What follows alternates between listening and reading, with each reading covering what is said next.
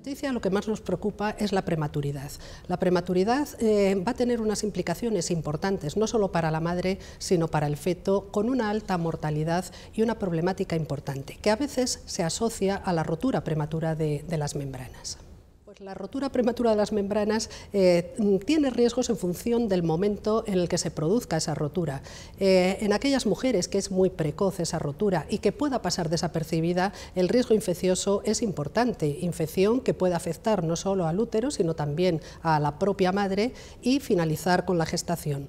Nos preocupan esas infecciones porque acaban con la gestación y en ocasiones, bueno, pues son causa de aborto y lo que decíamos anteriormente, ese gran problema que es la prematuridad. En ocasiones la embarazada no identifica esa rotura y no solo la embarazada, sino que el profesional tampoco. Hay casi un 20% de casos en los cuales la mujer sospecha que rompe la bolsa de las aguas y acude al ginecólogo. Y el ginecólogo, bueno, tiene sus instrumentos para poder hacer el diagnóstico, pero hay ocasiones en las que nos queda como duda si realmente ha roto la bolsa de las aguas o no. Y es importante conocer ese diagnóstico porque en función de ello tendremos que actuar de una manera o de otra. Cuando es una rotura franca, es la propia mujer la que nos dice que ha roto las aguas, pues porque es perfectamente visible. Cuando hacemos la exploración ginecológica en mujeres que han roto la bolsa de las aguas, vemos ese contenido de líquido en la vagina al poner el espéculo o bien al pedir a la mujer que haga un esfuerzo como la tos o una maniobra de Valsalva, se va a ver que se llena esa vagina de líquido y el diagnóstico es totalmente hecho. Eso ocurre en la mayoría de las mujeres, más o menos el 80 o el 90%. Pero hay otro porcentaje de mujeres que tienen esa sensación de humedad, pero la tienen de una manera un poco irregular, en unos momentos sí, en otros no. Hacemos una exploración y no somos capaces de identificar esa rotura de bolsa, incluso hacemos una ecografía y vemos que su contenido de líquido es normal y entonces es cuando nos surge la duda si realmente esa mujer ha roto la bolsa o no. Y es cuando podemos recurrir a otros test diagnósticos que nos ayuden a hacer ese diagnóstico correcto.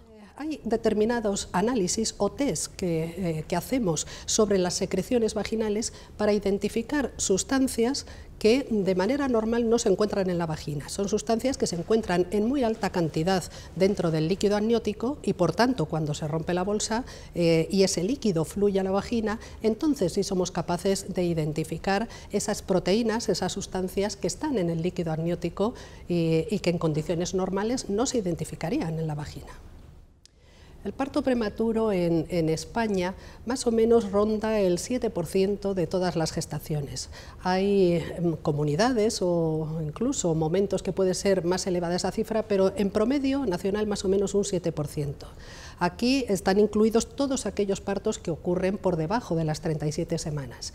Y la preocupación importante que tenemos con la prematuridad es sobre todo en aquellos grandes prematuros que llamamos, que no solo tienen una alta mortalidad, sino que luego las secuelas de estos niños es muy importante y no cabe duda que generan una gran ansiedad y una gran problemática para la familia. Las consecuencias son sobre todo de morbimortalidad que tienen estos niños, pero como les decía también interfiere con la dinámica familiar. Son niños que a lo mejor tienen que permanecer mucho tiempo ingresados en los hospitales hasta que recuperan el peso y que luego suelen tener ciertas complicaciones que obligan a que por lo menos la primera tiempo de la infancia, pues realmente está todo muy rodeado de asistencia médica, de asistencia sanitaria, porque no cabe duda que han finalizado de una manera precoz su embarazo y ese proceso de maduración se ha interrumpido. Entonces, son niños que desde luego tienen unas secuelas importantes en algunas ocasiones y nos preocupan mucho. El parto prematuro, o por lo menos la amenaza de parto prematuro, tiene unos condicionantes. Está establecido por la propia Sociedad Española de Ginecología, tiene establecido unos criterios, que es la presencia de contracciones, que haya por lo menos unas 4 contracciones o más en un periodo de 20 minutos y que produzca modificaciones en el cuello del útero. Cuando se dan esas dos circunstancias, hacemos el diagnóstico de amenaza de parto pretérmino.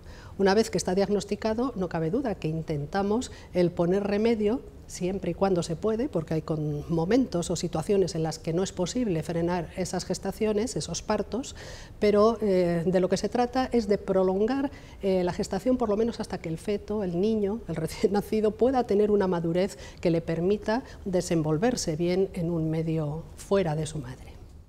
En este momento disponemos de test, de investigaciones que hacemos sobre las secreciones, sobre el flujo vaginal, que nos puede indicar que se está poniendo en marcha el parto.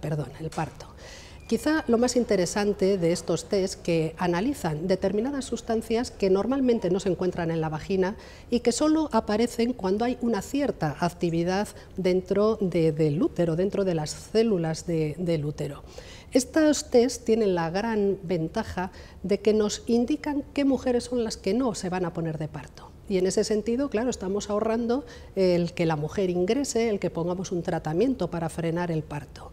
Estos test nos ayudan mucho a decidir qué hacer con esta mujer que tiene una amenaza de parto pretérmino, o por lo menos a estar tranquilos en periodos que se han estudiado de 7 o de 14 días para decidir si hacemos alguna acción terapéutica con estas mujeres o por el contrario consideramos que no se va a poner de parto y dejaríamos la situación así.